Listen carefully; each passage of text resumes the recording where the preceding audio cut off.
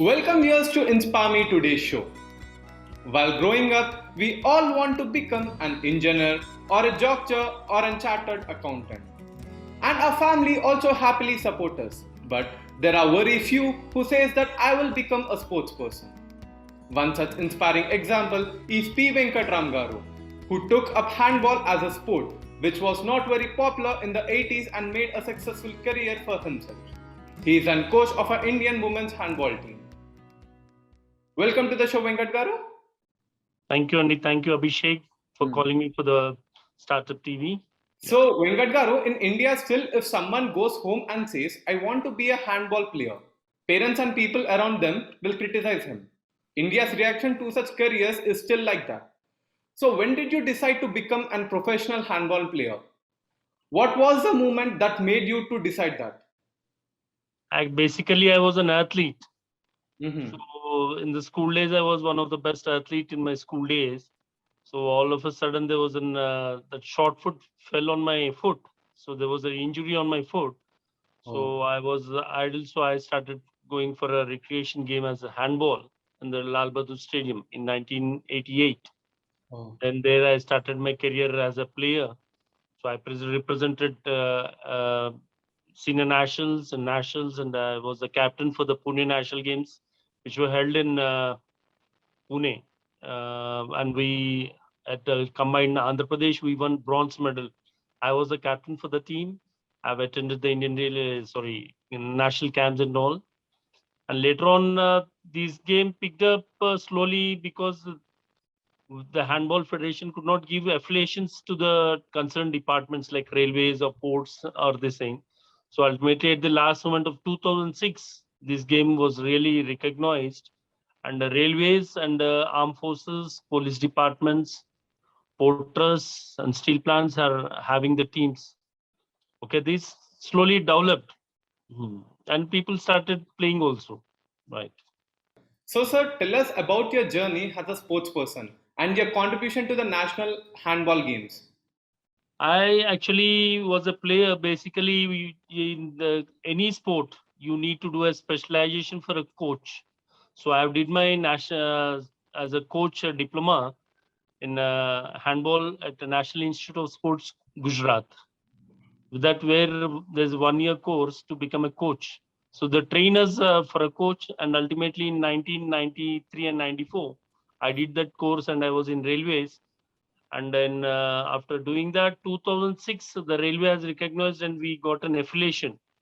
So ultimately, in the meantime, I was training for the sports schools, Andhra Pradesh sports school and district schools and some schools, to just to encourage the game, to bring up the people to join handball as a game, to participate in different levels of the team.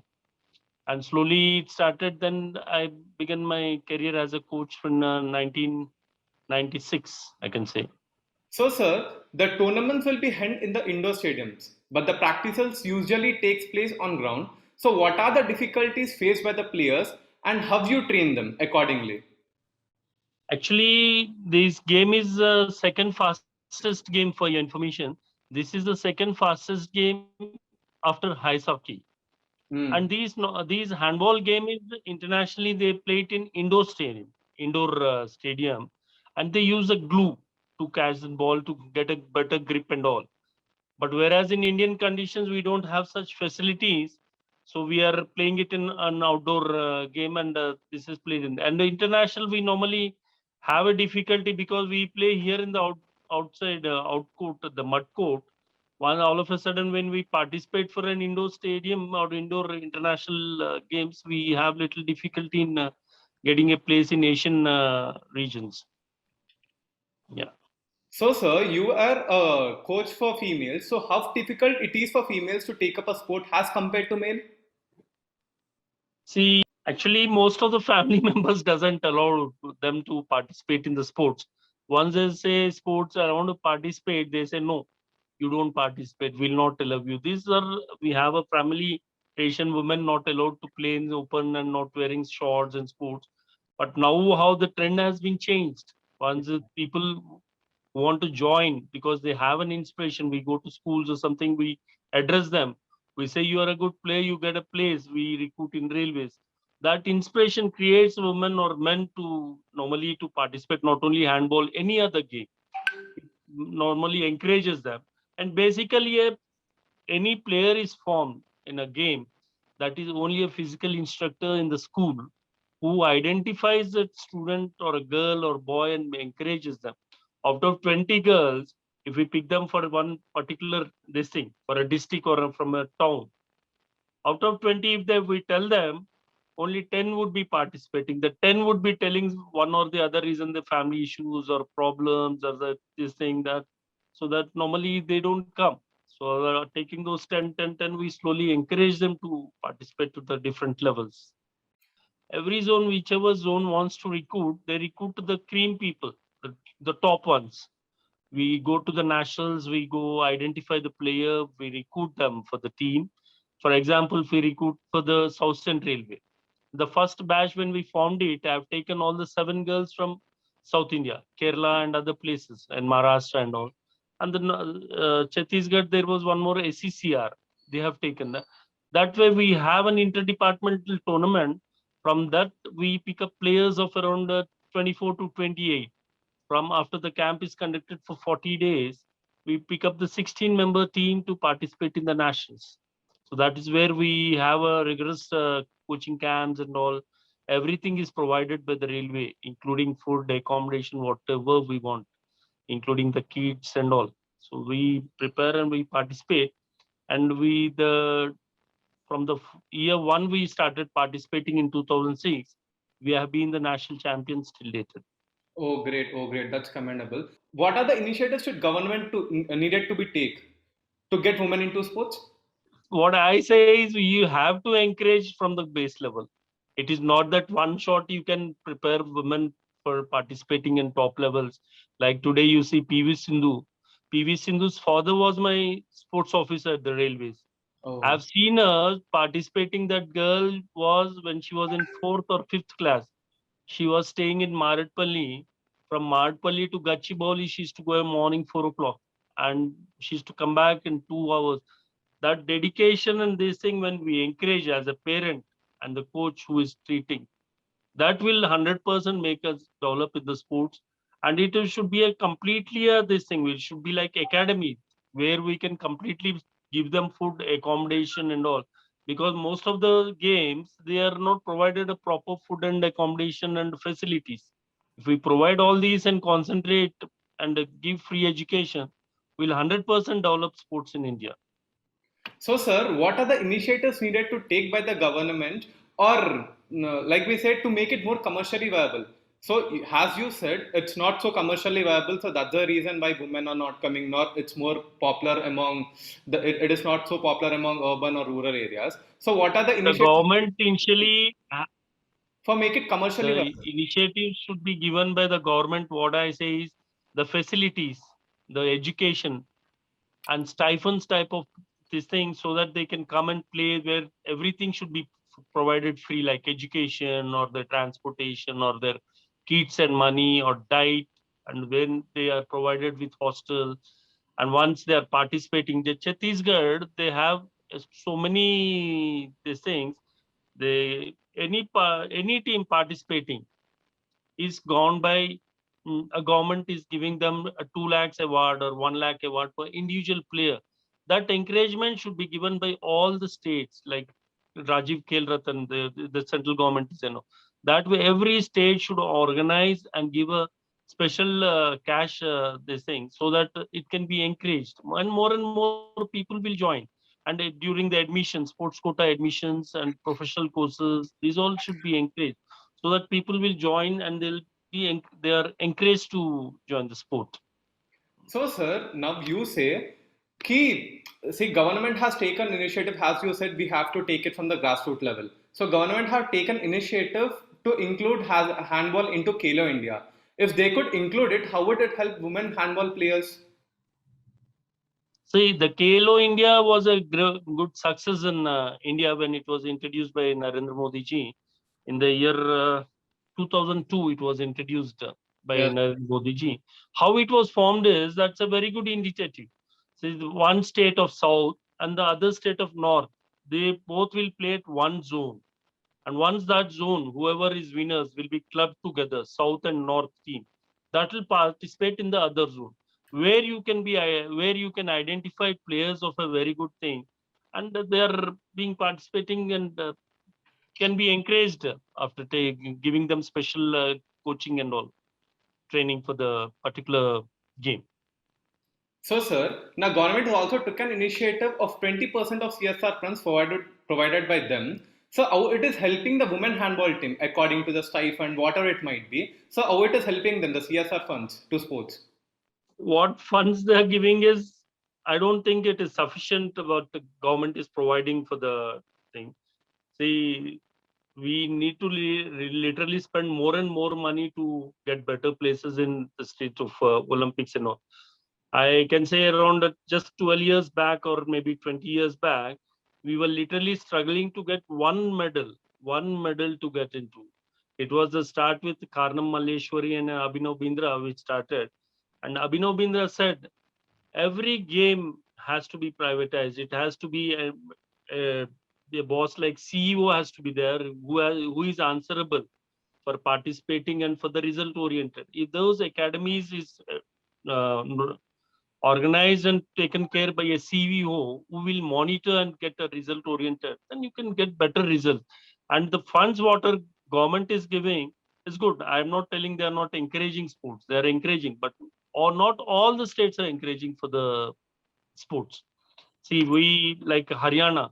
Haryana, literally every place you see, you find one Haryana player in the uh, either state or the central government. They're literally giving so many schemes, encouraging people. Even I still remember Haryana women used to not come out to participate in sports. Now they are coming. Every sport you find Haryana men and women participating. Government is encouraging. They have funds. They are encouraging people to participate.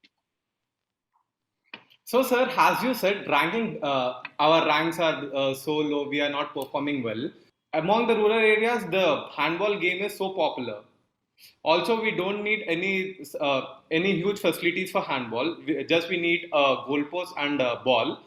But when it comes to rankings, we are from in the initiative from 2014, 2006, and everything. When it's compared to men and women, men were in the seventh or eighth place from among 9 teams in every Asian leagues. But when it comes to women, women were in the first place or second place. So what is lacking in handball? What is lacking in handball coaching? What is it backing it up? See, I should not tell, but I'll tell it. Any of the team which is participating, we are taking from a state. I'm taking a team from the Indian Railway. My team is coming first. So, okay. So whether there is a quota system like, see, railways, 5 people will be taken. Punjab, 2 has to be taken. UP, 2 has to be taken. The quota wise, when they're taking it, when they're finalizing of the camp, they're particular because our federation people say, Are, you have to take one girl from which if the girl is not worth, in spite you need to take because that elections are depending on those state this thing bodies who will elect a general secretary. So that was the main problem where they select players by quota wise. What I suggest, it's not quota wise. You take a team, perform, take a coaching, do everything what best you can do, and take the best ones. Then you can get better results instead of taking a quota wise this thing, selections. Okay. Sir, as a coach, what approach you take when your team is struggling and have you managed to motivate the players and learn to accept the failures? See, it's been so many experiences I have had. But what when we go for a camp, we literally have an outstation camp. So normally we had one camp in Hyderabad at our RSC, one in Bilaspur, Chhattisgarh, some in Delhi. So we undergo a rigorous camp for 40 days. And depending upon them, first we take the test and we trial. Only the railway employees were to participate. After everything is provided for them and all the things, but till later we once we had a problem against Andhra Pradesh, my own state team. We were participating. We were literally going neck to neck. and Indian Railway is normally a very prestigious team they is counted. So what I did, I had to literally change at the last month one player and put a fat lady in the pivot. There's called one pivot position in that. So they were not able to handle her. She used to turn. Then that last moment changed, and we entered the final. And final we won. And they gave us that press people gave us a this thing name. Old is gold for railways because we had very senior players and the younger batch also. That nationals was really memorable for me, and I still remember. We have one of my best players were Anita and Julie, Angelina, Pushpa, and all who are from Southeast Central Railway. That's great. That's commendable. That's commendable. Sir, what is the future of Indian handball look like? Or what is a domestic structure looking like?